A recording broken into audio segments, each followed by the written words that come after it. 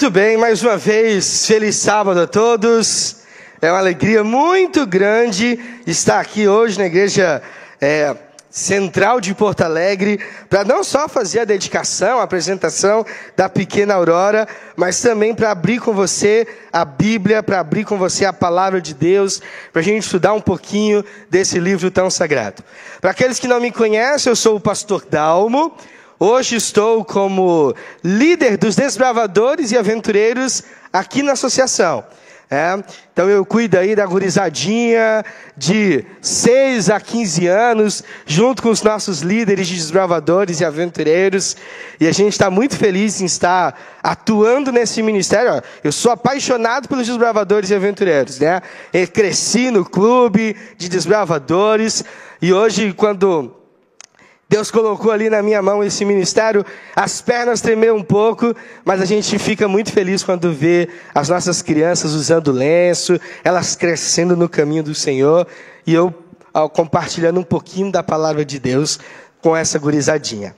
Mas eu também estou muito feliz de estar aqui nessa manhã, para abrir a Bíblia com você, para estudar a palavra de Deus, mesmo não sendo gaúcho. Alguns aqui já me conhecem, eu estou passando o olho por aqui, ó. Eu estou vendo alguns assim, de rosto um pouco mais conhecido, mas eu não sou gaúcho, eu sou natural do Piauí. Já ouviram falar? Já, né? Lá do outro lado do país. Já estou há 9 anos aqui em Porto Alegre, atuando no Ministério Pastoral, mas eu sou do Piauí. E aí, confesso que quando eu cheguei aqui, eu estranhei um pouco, sabe? Porque vocês têm uma coisa que lá no Piauí a gente não tem, muito frio. E a gente, quando chega aqui, a gente estranha. Minha esposa, eu digo que no primeiro inverno dela, minha esposa é baiana, está por aí sentada junto com a família dela, que está nos visitando. Eu digo que nos meus 2 primeiros invernos, com a Carol, que é a minha esposa, eu perdi ela debaixo dos edredons. Ela se escondia e dizia, não quero mais sair daqui, não me deixa tirar os edredons. Eu, calma, Carol, mas o inverno só começou aqui no Rio Grande do Sul. Porque lá no Nordeste, na verdade lá no Piauí, a gente tem 4 estações do ano bem definidas, que nem o gaúcho, né?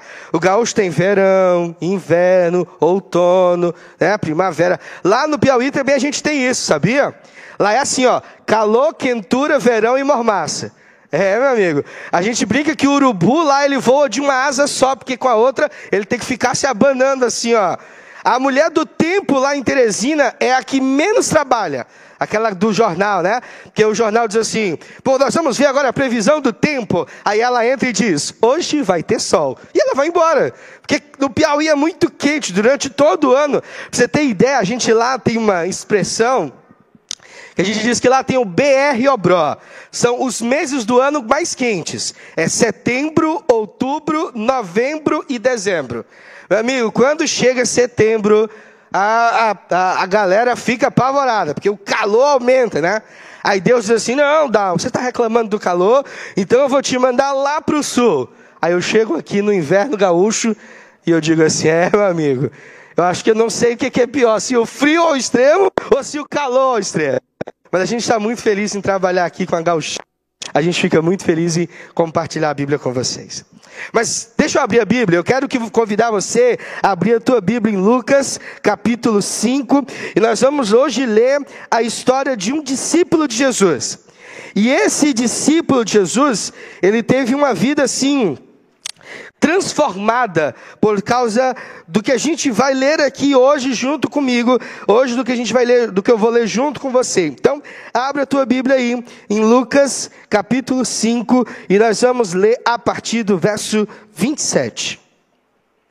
Esse que é um final de semana especial, né? O final de semana da Páscoa, onde a gente lembra ali os momentos finais da trajetória de Jesus antes da sua morte. Na sexta-feira santa, como diz ele, a gente lembra da sua morte, para no domingo a gente lembrar de sua ressurreição. Mas antes de tocar nesse aspecto, eu quero tocar no encontro que Jesus teve antes da sua morte. Então abre aí, Lucas capítulo 5, verso 27. Todos encontraram? Vamos fazer uma oração para a gente ler a palavra de Deus? Querido Pai, obrigado pela tua presença, Senhor. Que a tua palavra fale ao nosso coração, que possamos sair daqui transformados. É o que eu te peço em nome de Jesus. Amém. Amém. Lucas capítulo 5, verso 27 em diante diz assim, ó: passadas essas coisas, saindo viu um publicano, chamado Levi, assentado na coletoria, e disse-lhe: segue-me. E ele se levantou, e deixando tudo, o seguiu.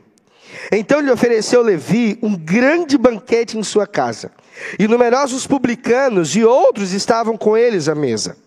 Os fariseus e os seus escribas murmuravam contra os discípulos de Jesus, perguntando: por que vocês comem e bebem com publicanos e pecadores? Ao passo que lhe respondeu Jesus: os sãos não precisam de médico, e sim os doentes, porque eu não vim chamar justos, e sim pecadores ao arrependimento. Esse é um texto muito bonito e muito impactante. Levi era um publicano. Você já ouviu falar dos publicanos? Imagino que a maioria sim, mas deixa eu tentar contextualizar quem eram os publicanos. Os publicanos era aquela galera que cobrava impostos, eram os cobradores de impostos. Só que naquela época, o povo judeu, toda aquela região ali, havia sido dominado pelo Império Romano. Então, os romanos haviam instalado a sua presença ali na região da Judéia, Samaria, Galileia, né? Até o norte ali, por exemplo, da África e tal, eles haviam se instalado toda aquela região ali. E eles então colocavam soldados e cobravam impostos altíssimos, né? Só que os romanos tinham uma estratégia muito inteligente. O que eles faziam? Eles faziam assim: não eram eles que cobravam os impostos diretamente. Eles contratavam gente daquela região para cobrar os impostos. Eles só colocavam alguns soldados ali para que pudessem guardar, proteger, né, esses trabalhadores para o Império Romano. Então, Levi era um judeu que havia se colocado à disposição para trabalhar para o Império Romano. E é justamente por isso que os judeus odiavam os publicanos. Se você ler bem o texto bíblico, você vai perceber que inclusive eles colocam os publicanos na mesma linha dos pecadores, porque para eles, publicanos e pecadores eram do mesmo grupo. E eles odiavam os publicanos por dois motivos. O primeiro eu já expliquei, porque eles eram judeus que trabalhavam para o Império Romano. Eles eram judeus que trabalhavam para o inimigo. Então eles diziam assim: esses publicanos são um bando de traidores. Eles resolvem trabalhar para o inimigo. Eles cobram impostos da gente, impostos altíssimos, e eles dão dinheiro para o nosso inimigo. Eles tinham que estar do nosso lado, não do lado do inimigo. Então os publicanos, primeiramente, na cabeça do judeu, ele era um traidor. E o segundo motivo pelo qual eles odiavam os publicanos era que o salário dos publicanos não era pago diretamente pelos romanos. O salário dos publicanos era fruto daquilo que ele cobrava a mais. Vou tentar dar um exemplo. Imagina que você devia de imposto ao Império Romano R$100. E aí você chegava lá na coletoria e dizia assim: vim pagar os meus impostos da pesca que eu fiz e tal. Olha, eu pesquei tantos peixes, então eu devo aí ao Império Romano R$100. E aí o publicano olhava e dizia assim: não, aqui nos meus registros você deve R$300. Ele dizia: não, mas como? Eu só devo 100, eu tenho certeza. Eu devo R$100. Tudo que eu devia eu já paguei, não estou devendo nada mais. Eu tenho que te pagar 100. E o publicano dizia: não, aqui diz que é 300. E se você não pagar os 300, vou mandar os soldados entrar lá na tua casa e pegar o que a gente quiser. Então, o que eles cobravam a mais era o salário deles. Por isso que os publicanos, eles enriqueciam muito rápido. Lembra de Zaqueu?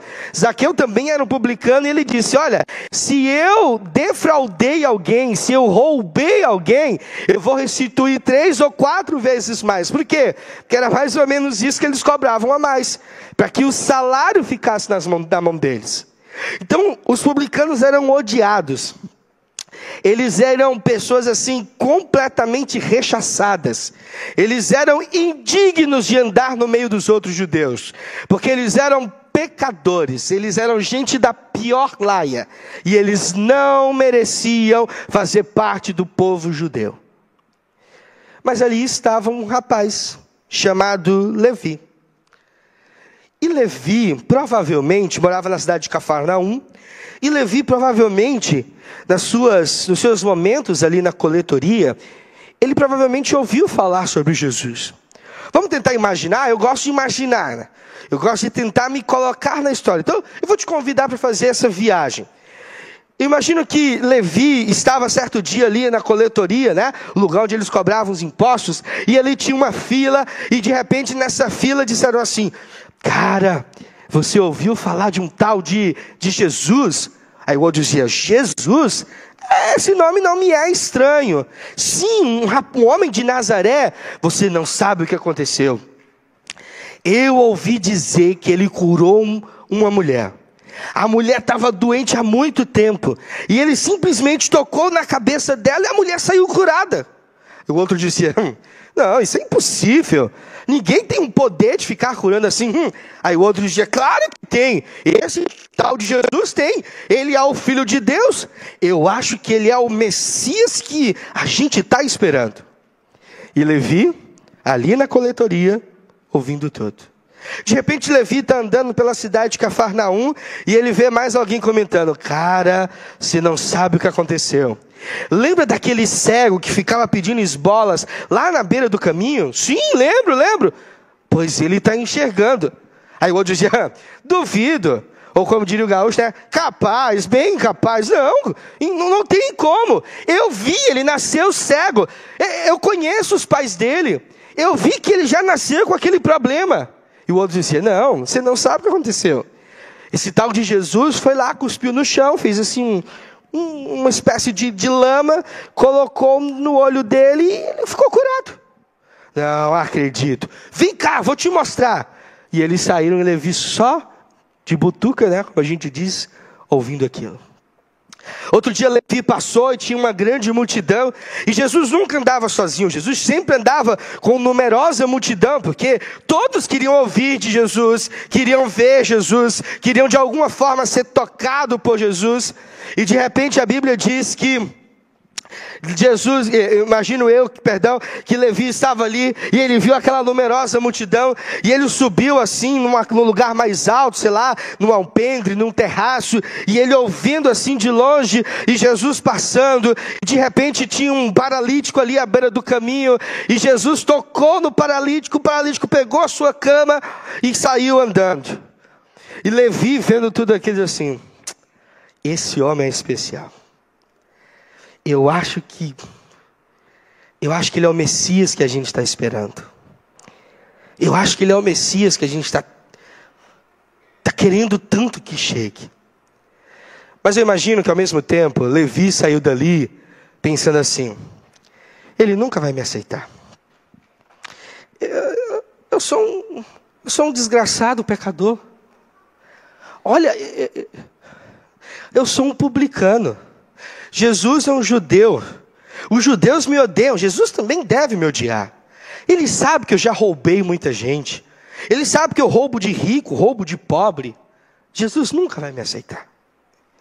E por diversas vezes, Levi presenciou Jesus fazendo milagres, ou ouviu das histórias milagrosas de Jesus, mas nunca teve coragem de chegar perto de Jesus, porque ele se sentia um desgraçado pecador. Quem sabe eu estou falando para alguém nessa manhã que tem um sentimento parecido. Quem sabe eu estou falando nessa manhã para quem está me assistindo aqui ou nas redes sociais, que diz assim: não, eu nunca vou me entregar para Jesus.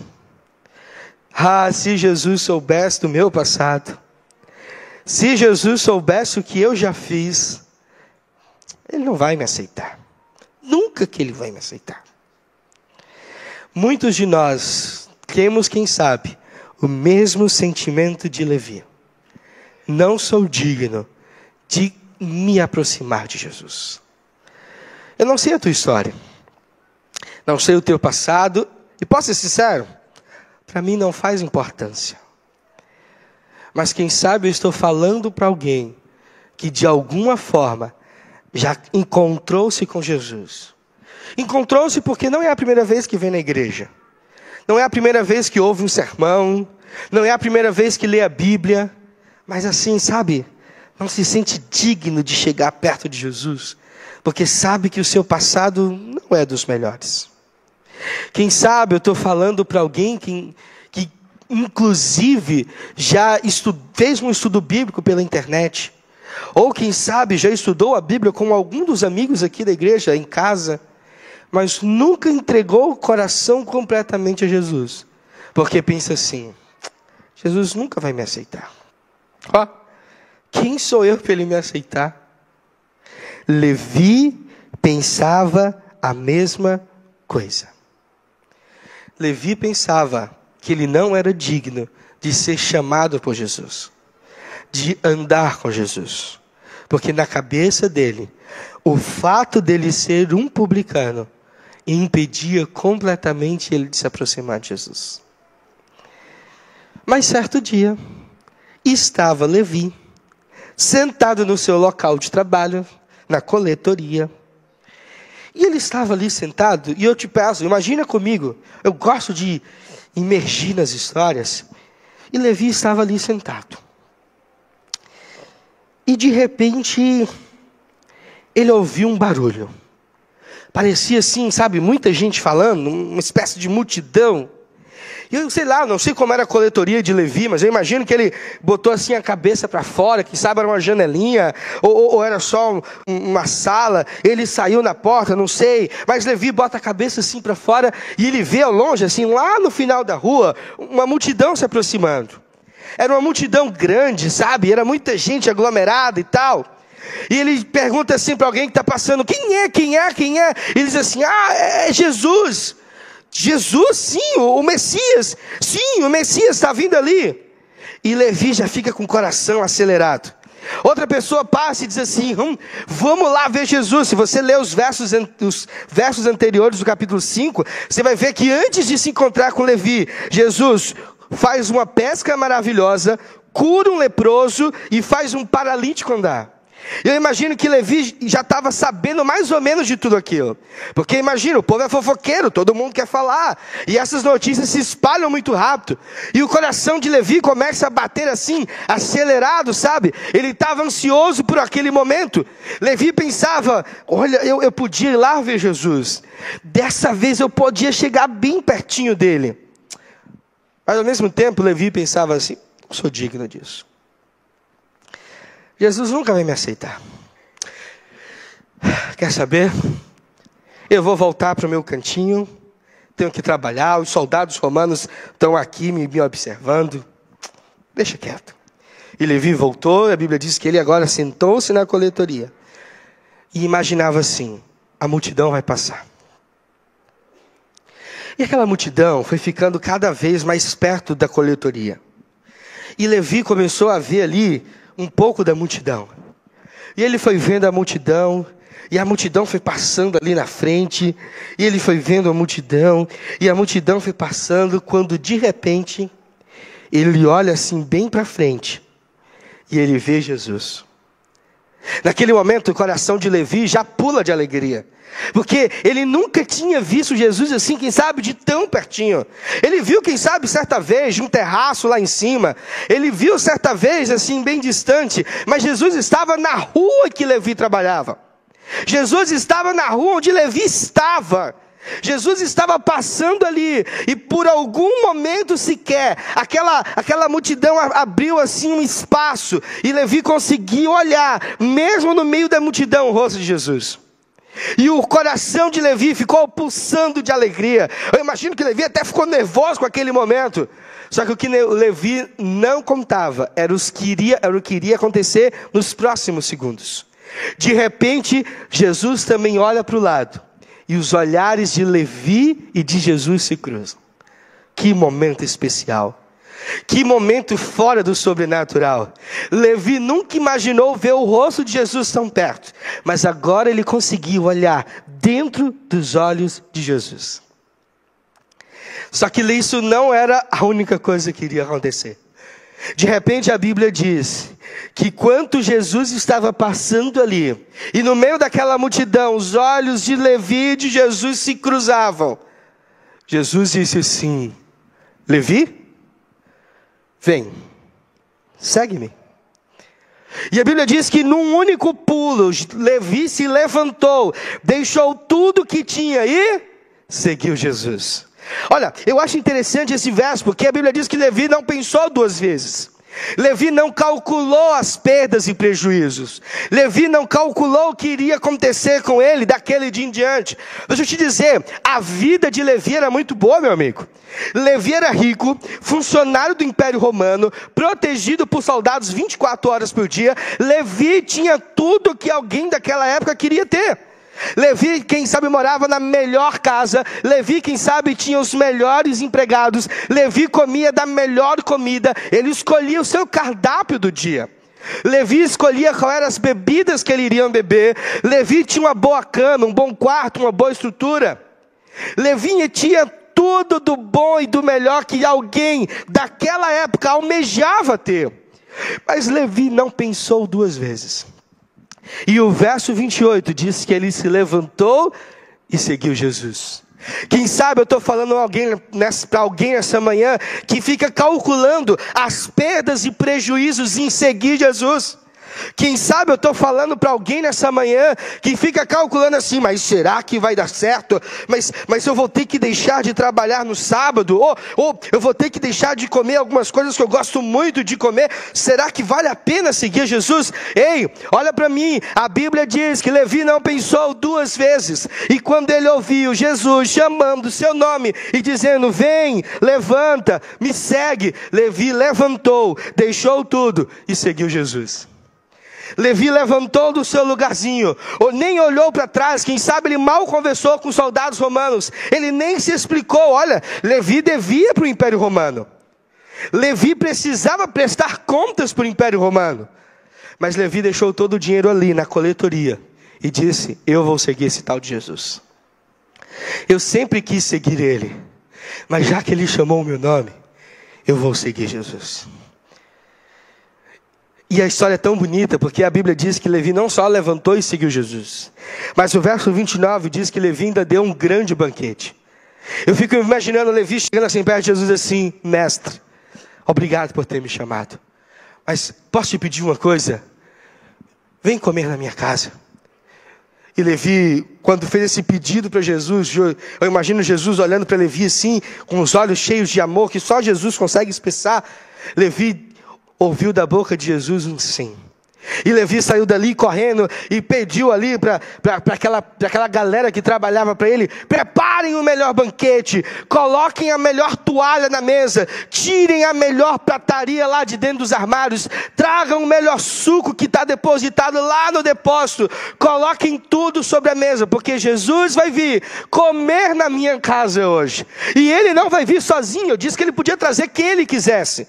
Eu disse que ele podia trazer os amigos dele, aquela galera que anda com ele, a multidão que segue ele. Pode vir na minha casa. O coração de Levi pulsava tanto de alegria que ele trouxe Jesus para sua casa.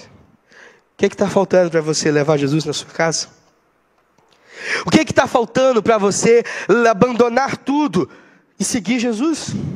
O que está faltando para você abandonar as coisas desse mundo, as alegrias desse mundo, os prazeres desse mundo, para seguir Jesus? Levi não pensou duas vezes. E naquele dia, Levi teve a sua vida transformada. E na porta de sua casa, enquanto os judeus e fariseus, os escribas, reclamavam porque Jesus sentava para comer com publicanos e pecadores, Levi ouviu da boca de Jesus uma das mais lindas frases do Evangelho: eu não vim chamar os curados, eu não vim chamar os que têm boa saúde, eu não vim chamar os sãos, eu vim chamar os doentes, os pecadores, os indignos. É esses que precisam de arrependimento. Lembra que eu comentei no começo da mensagem? Quem sabe eu estou falando para alguém que não se sente digno de seguir a Jesus, porque pensa assim: Jesus não sabe a minha história, o pastor não sabe a minha história, o ancião da igreja não sabe a minha história. Quem sabe eu estou falando para alguém aquilo que eu já comentei no começo, que está pensando assim: eu vim aqui, me escondo aqui no meio desses bancos. Eu gosto de vir na igreja central porque tem muita gente, às vezes nem percebem que eu estou aqui. Eu não sou digno de seguir Jesus.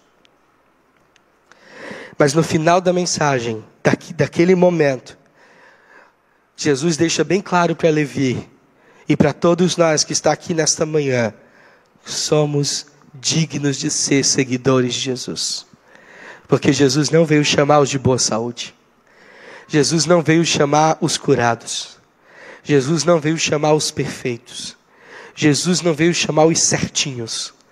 Jesus veio para essa galera, mas Ele veio principalmente para os doentes, para os que precisam de cura, para os que precisam de um abraço, para os que precisam de um apoio. Naquele dia, Levi teve a sua vida transformada. Sabe por quê? Porque todo aquele que vai ao encontro de Jesus não volta da mesma maneira que chegou. Volta transformado. Vou repetir a frase para ver se ela fica na tua cabeça. Todo aquele que vai ao encontro de Jesus não volta da mesma maneira que chegou. Volta transformado.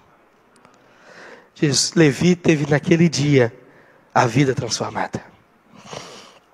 Levi teve naquele dia a vida modificada. Levi teve naquele dia uma vida diferente.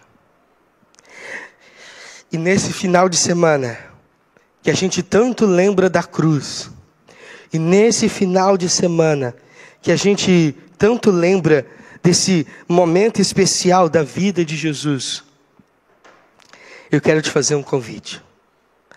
A Páscoa é a lembrança do sacrifício de Jesus.